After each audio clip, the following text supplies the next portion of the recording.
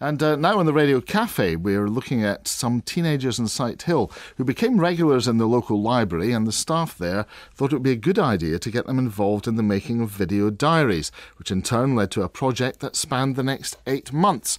They remained blissfully unaware that the Scottish Executive and the City of Edinburgh Council had bigger plans for them, and they left today for New York to represent their city and country during the Tartan Week celebrations.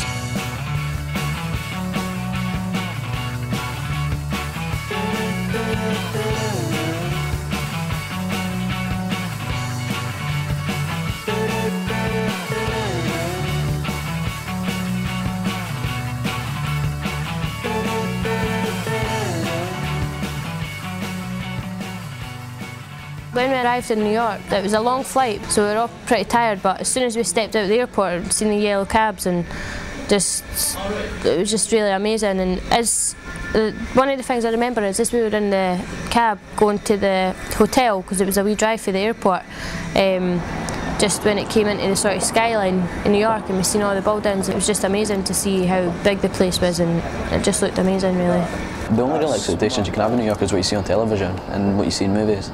But to be honest, what you see in movies and TV is the New York that you see. Like if you're coming over and you get your first view of Manhattan, it is exactly like the opening of The Sopranos. It's like the exact opening of what you see on lots of New York things. And when you're walking through the streets, yellow cabs, you do use them.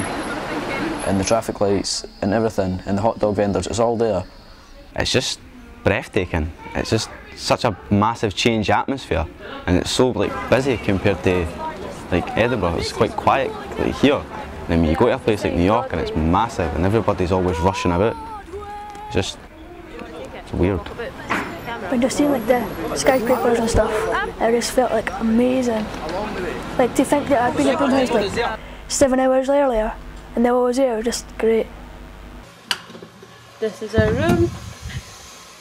This is Kirsty. Do you want to see the big fabulous bathroom? I'll zoom out a bit. There's the showers. See, it's fancy. This is the room. This is the bed. These are might be single beds, but they're big doubles. And there's my case. There's our big screen telly. Wardrobe. And this is the view from outside the window.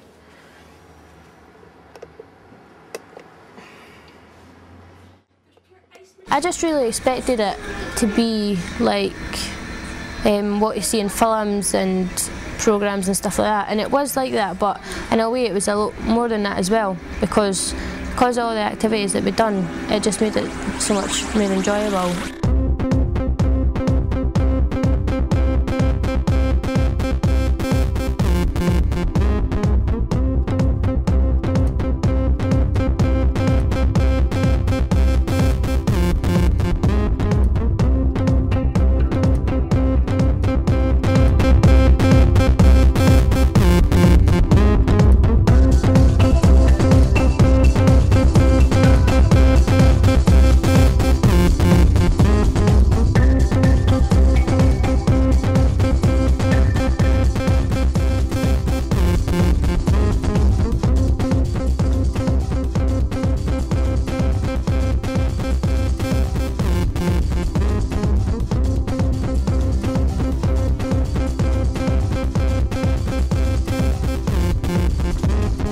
We've done quite a lot of stuff. We've done the work kind of part of it. We went to the recreation centre and we made short films, and we also learned how to do editing and stuff like that.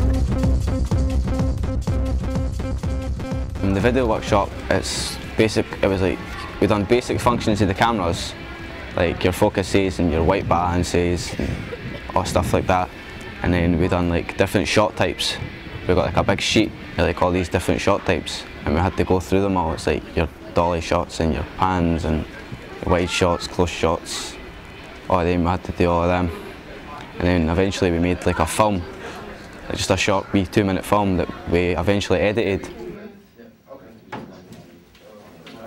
It was really good working with the youth in New York, because it was good learning from the perspective of another youth who was able to say things and try and show us things that they know in their own ways instead of trying to do things by the textbook. It was good learning how they do things and how that the equivalent is here.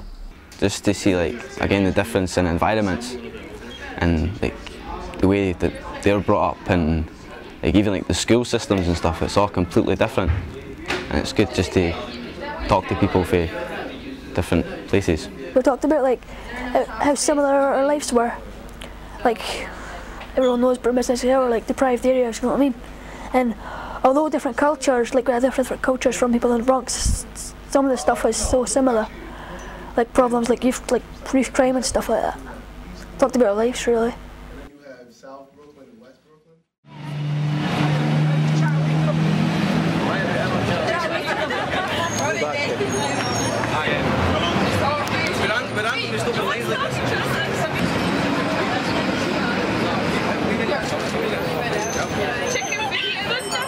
When we went to the Scotland Village, it was quite interesting because obviously we stay in Scotland, so we already know what it's like, but the way they had set it up and the different sort of things there was to see, it was a good way to perceive Scotland. What are you doing as part of the Scotland Village? Right. So we're here to promote Scotland to North America in particular. So we've brought different parts of Scotland, built what we call a village, which is the structure you see around you. I interviewed one woman and she was working for Visit Scotland, and she was just talking about how obviously people from different countries and mostly America could go there and find out all about Scotland and all about what it's like to go on holiday there and to travel there. We have an ancestral zone which has just been chock-a-block since the day we opened, with everybody thinking they belong to Bonnie Prince Charlie. I was just speaking to somebody.